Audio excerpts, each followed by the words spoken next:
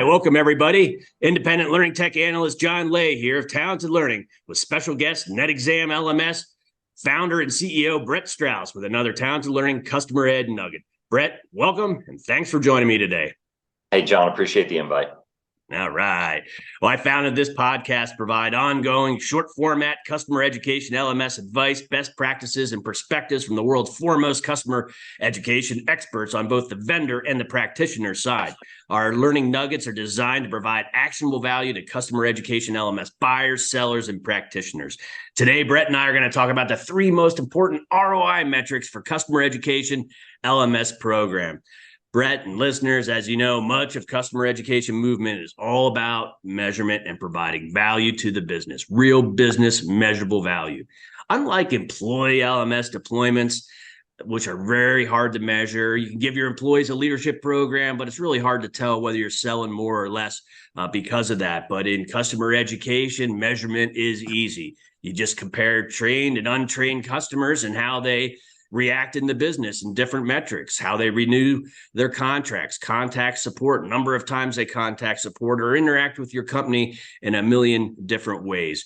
By comparing those two and noting the difference, you got a pretty good understanding of the impact that you're making and the predictable impact that you can make for programs in the future. One of the most fun aspects of customer education is that when organizations can prove to their management their worth in times of real fiscal value that's measurable and verifiable, the budget floodgates open up and they can basically get more budget for content and for expansion of programs. If you save your organization or make your organization $25 million, getting that next million of budget is all so easy. But although business metrics can be grouped primarily under accelerating revenue, reducing costs, or improving business processes, there are literally countless business metrics underneath those categories that can be tied to learning and measured to help you prove your worth to the organization and strategically use education to make a measurable difference inside your core business. Brett, as CEO and founder of a wildly successful customer education LMS, you've seen it all with your customers over the last 2 decades. So let's start with you. What are the most common things that your customers want to measure to define their worth and prove their success? Thanks, John. Really, renewal rate and churn is such a critical measurement. It's a key measurement that the C-level executives want to understand. And if you've got a high churn rate, or if you've got low renewals, and assuming that your product is good, then you probably have something going on with your training and it's just missing the mark. Happier customers stick with companies and the products that work for them. I don't know about you. I'm at the age when I find something that works for me, I stick with it, right, until they screw up, and then I go on and find something to replace it.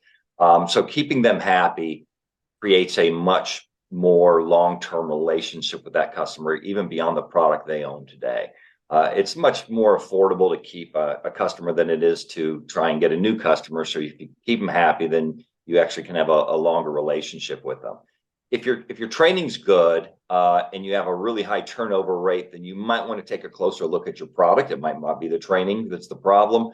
But we work in an industry that is really great because we can track all this information. And because of the integration with the CRM systems, we can see who went on to buy a product again, who went on to fill out fewer support tickets, right? We can tie all that together and help use training as a way to guide your customers into being better owners of your products. John, what about you? Wow. What do you think on the ROI of metric? I think one of the ones I see the most often is reducing the time to value of a new customer and them getting the value out of whatever your product, software, or service is.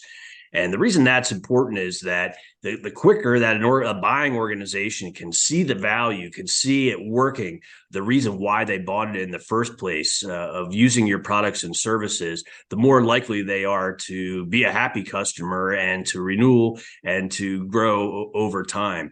And so customer ed organizations have a big focus of trying to see how short can we get that window.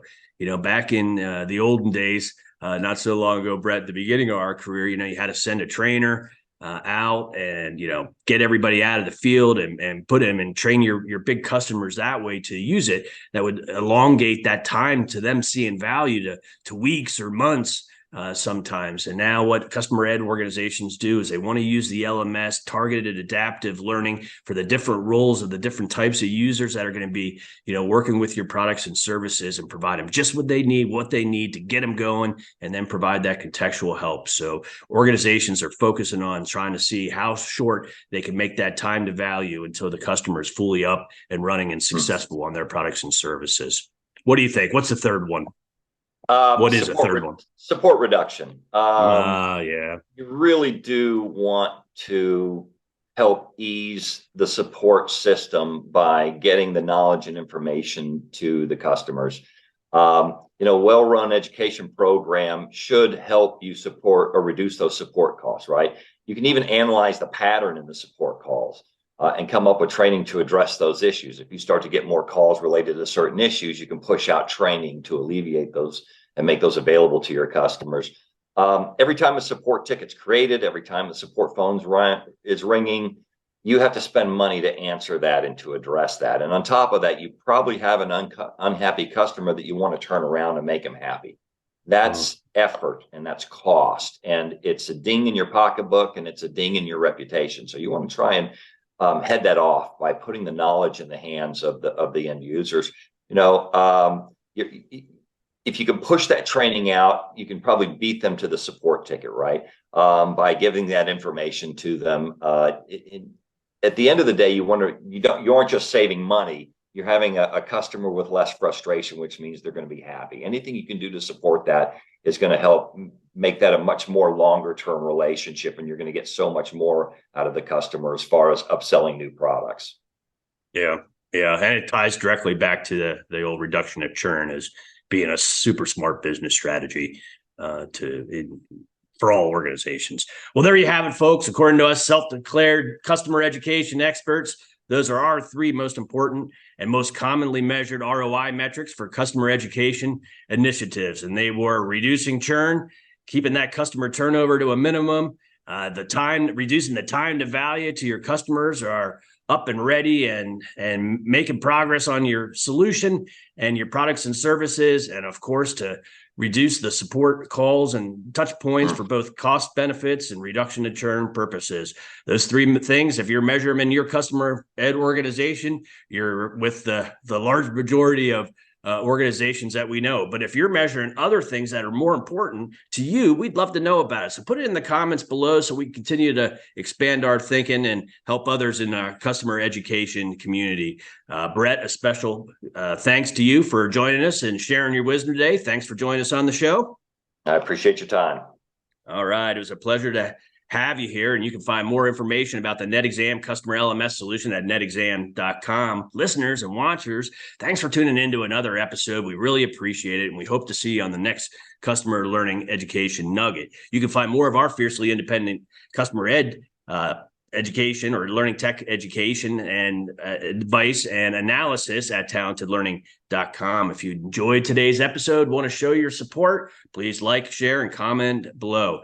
And if you're in the market for a new customer education LMS and you want a little independent guided advice, navigate to talentedlearning.com, and you can request a complimentary consulting call with me, John Lay. So there you have it. Have a great day, everyone, and we hope to see you on the next.